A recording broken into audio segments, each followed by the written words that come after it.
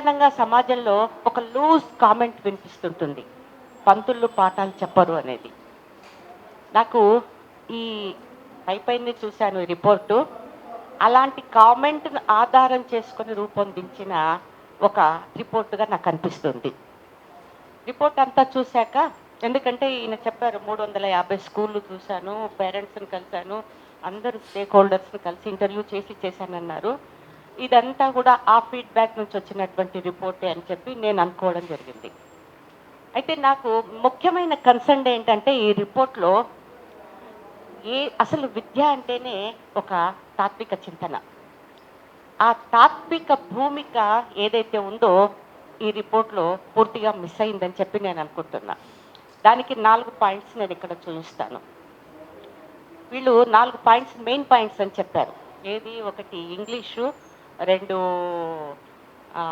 Safety and security, 3 infrastructure, 4వది teaching అని చెప్పారు. లాస్ట్ ప్రయారిటీ టీచింగ్ అని చెప్పారు. నేను నా పర్సనల్ అనుభవాలతో దీన్ని నేను విశ్లేషించదలుచుకున్నా. ఇప్పుడు నేను సర్పంచ్గా పనిచేశాను ఒక టర్మ్. మా ఊర్లో ఒక మానసిక వికలాంగురాలైన అమ్మాయి ఉంది. ఆ అమ్మాయి 3000 కేసీఆర్ గారు ఇచ్చే పెన్షన్తో బ్రతుకుతుంది. ఆ అమ్మాయి ఒకరోజు నా దగ్గరికి వచ్చింది. అమ్మ, నాకు చదువు అంటే చాలా ఇష్టం, నేను చదువుకుంటా, నన్ను స్కూల్లో చేర్పించండి అని చెప్పి. నేను స్కూల్కు పంపించి హెడ్ మిస్సెస్ను రిక్వెస్ట్ చేసి ఈ అమ్మాయికి బుక్స్ అన్నీ నేను ఇస్తాను, మీరు చెప్పండి అని చెప్పాను. ప్రత్యేకంగా ఒక చోట కూర్చోబెట్టి చెప్పండి అని చెప్పాను నేను. 2 రోజుల తర్వాత అమ్మాయి ఏడ్చుకుంటూ వచ్చింది, సార్ నన్ను కొట్టిండు, నన్ను ఉంచుకోలేదు, నన్ను వెళ్ళగొట్టారు అని చెప్పి. నేను ఫోన్ చేసిన వాళ్ళకి.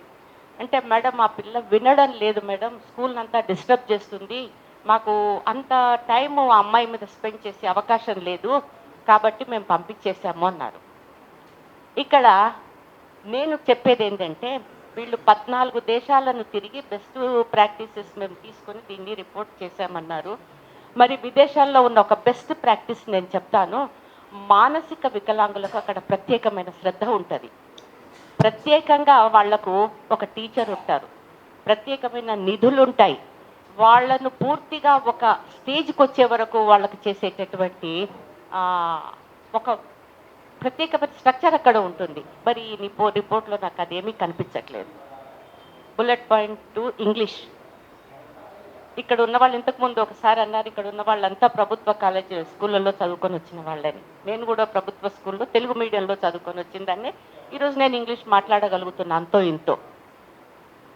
ఇవాళ ఇన్ని దేశాలు తిరిగిన వాళ్ళు China, Russia, German, Japan, Korea, ఇవన్నీ కూడా మాతృభాషలో వాళ్ళు ఎంతవరకు మెడిసిన్ టీచ్ చేసే వరకు వెళ్ళిపోయారు. అంటే ఇంగ్లీష్ విద్య దేనికి ప్రమోట్ చేస్తుంది? ఒక ప్రైవేటైజేషన్కు ప్రమోట్ చేయడం కోసము వీళ్ళు ఇంగ్లీష్ విద్యని చేస్తున్నారు. మాతృభాష పునాది లేకుండా వీళ్ళు దానికి ప్రత్యేకమైన స్కూళ్ళు పెట్టొచ్చు అని చెప్పి రిపోర్ట్లో ఎక్కడో చదివాను, తెలుగు భాష చదవడానికి. అలా కాదు, మాతృభాషలో చెప్తూ ఇంగ్లీష్లో టీచ్ చేయగలిగినటువంటి ఒక కెపాసిటీని ఇవ్వగలిగిందే విద్య. అది ఇక్కడ కనిపించట్లేదు. ఇంకొకటి సేఫ్టీ అండ్ సెక్యూరిటీ. అసలు దేనికండి సేఫ్టీ అండ్ సెక్యూరిటీ? అంటే బస్సుల వ్యాపారం చేసుకోవడానికా సేఫ్టీ అండ్ సెక్యూరిటీ? నాకు అర్థం కావట్లేదు. ఎందుకొరకంటే సేఫ్టీ సెక్యూరిటీ విద్యార్థి తనకుగా తాను నిర్మించుకోవాల్సింది కానీ స్కూల్ ఇవ్వాల్సింది కాదు. బస్సులు ఎందుకు ఇవ్వాలి? బస్సు అనేది ఒక ఫెసిలిటీ, ట్రాన్స్పోర్ట్ అనేది ఒక నిత్యావసరంగా బస్సులు ఇవ్వాలి. కానీ సేఫ్టీ అండ్ సెక్యూరిటీకి ఎవరి సెక్యూరిటీ వాళ్ళు డెవలప్ చేసుకునేటటువంటి ఏ విద్య అయితే బోధిస్తుందో అది సెక్యూరిటీ, సేఫ్టీ అండ్ సెక్యూరిటీ. ఇక్కడ టీచర్స్ గురించి చెప్పారు. నేను న్యూజిలాండ్ ఎడ్యుకేషన్ సిస్టమ్ చూశాను. వీళ్ళు అన్నీ చూసామన్నారు కదా, ఒక బెస్ట్ ప్రాక్టీస్ అక్కడ చెప్తాను నేను. అక్కడ టీచర్స్ని రిక్రూట్ చేసుకునేటప్పుడు శాలరీస్ వాళ్ళు బేస్డ్ ఆన్ డిగ్రీస్ శాలరీ వాళ్ళ స్కేల్ డిసైడ్ చేసేస్తారు, బేస్డ్ ఆన్ స్కేల్. మరి నువ్వు 15,000 ఇయ్యి, 10,000 ఇయ్యి, కాంట్రాక్ట్ లెక్చరర్స్ని పెట్టుకోనేది ఈజ్ ఇట్ బెస్ట్ ప్రాక్టీస్? అన్నింటికంటే నాకు చాలా బాధ అనిపించింది ఏంటంటే టీచర్ల జీతాలు మార్కెట్ కంటే ఎక్కువ ఉన్నాయి. ఇలాంటి కామెంట్ అండి ఇది. టీచర్ల మనోభావాలను దెబ్బతీసే కామెంట్. మార్కెట్ ఏంటి? టీచర్లకు జీతాలు పెంచడానికి కారణం ఏంటి? టీచర్ అనేవాడు 24 గంటలు విద్యా బోధనలో 24 గంటలు స్కూల్లో పాఠం చెప్పినంత మాత్రాన కాదు, బయటికి పోయిన తర్వాత కూడా అతని అధ్యయనం కొనసాగుతుంది. కాబట్టి ఇవాళ మంచి జీతాలు టీచర్లకు ఇవ్వడం జరిగింది. టీచర్లేమి, లెక్చరర్స్ ఏమి, ఎవరైనా కూడా. కాబట్టి మార్కెట్ అన్న మాటతో టీచర్లను తగ్గించడం అనేది కాదు, మార్కెట్ అంతా పోల్చడం అనేది చాలా హీనమైన, హేయమైన పోలికగా నేను భావిస్తున్నాను.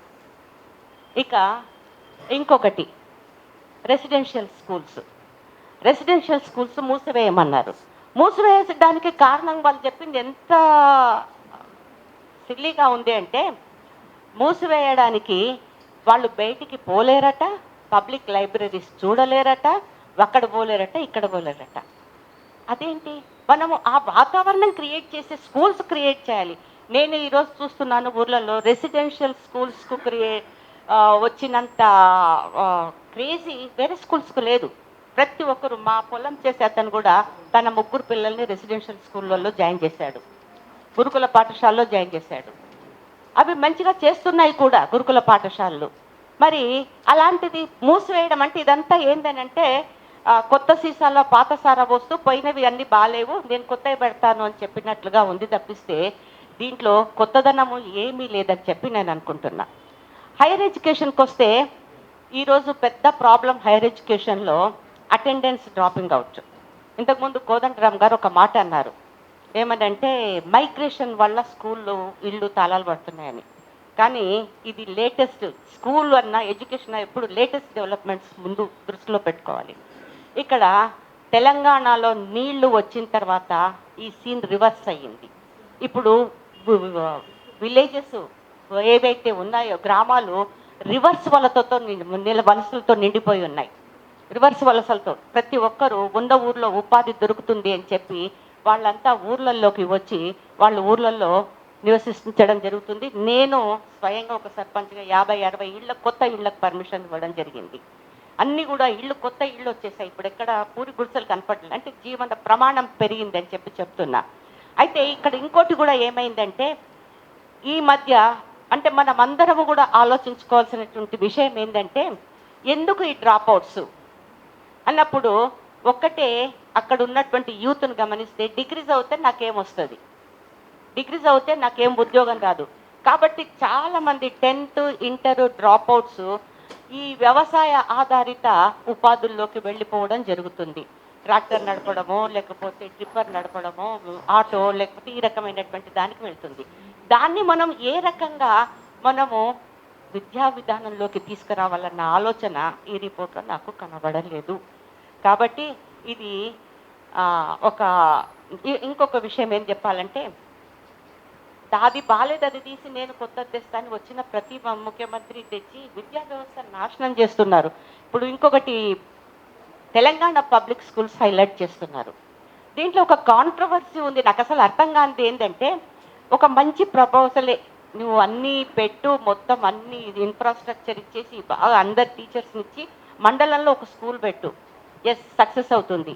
కానీ రిపర్కషన్ ఏముంటుంది? ప్రైవేట్ కాలేజీలు పడిపోతాయి, అందరూ ప్రభుత్వ కాలేజీలకు వస్తారు. అప్పుడు ఎన్ని స్కూళ్ళు పెడతావు? నువ్వు బడ్జెట్ పెంచి ఆ మాట చెప్పు, నేను ఒప్పుకుంటా. అదే బడ్జెట్ పెట్టి నువ్వు స్కూళ్ళన్నీ మూసేసి ఆ స్కూళ్ళు తెరవకపోతే ఏంటి విద్యా పరిస్థితి ఏంటి? మన ఊరు మడబడి మీద కేసీఆర్ గారు 2 కోట్లు కొన్ని స్కూల్స్కి ఇచ్చారు. మా ఊర్లో వేరే కాంపౌండ్ ఇచ్చారు, స్కూల్ రూమ్స్ ఇచ్చారు, ప్లే గ్రౌండ్స్ వచ్చాయి, తర్వాత వంటగది అన్నీ ఇచ్చారు. కానీ ఈ రోజు వరకు చేసిన కాంట్రాక్టర్కు బిల్లులు రాలేదు. ఇది అదే చెయ్యనప్పుడు మీరు ఎక్కడి నుంచి చేస్తారు? ఈ విద్యా వ్యవస్థను ఇంకా ఎంత ముందుకు తీసుకొస్తారు? ఫస్ట్ బడ్జెట్ పెంచండి, తర్వాత ఈ వ్యవస్థ గురించి మాట్లాడండి అనేది నా కోరిక. Thank you.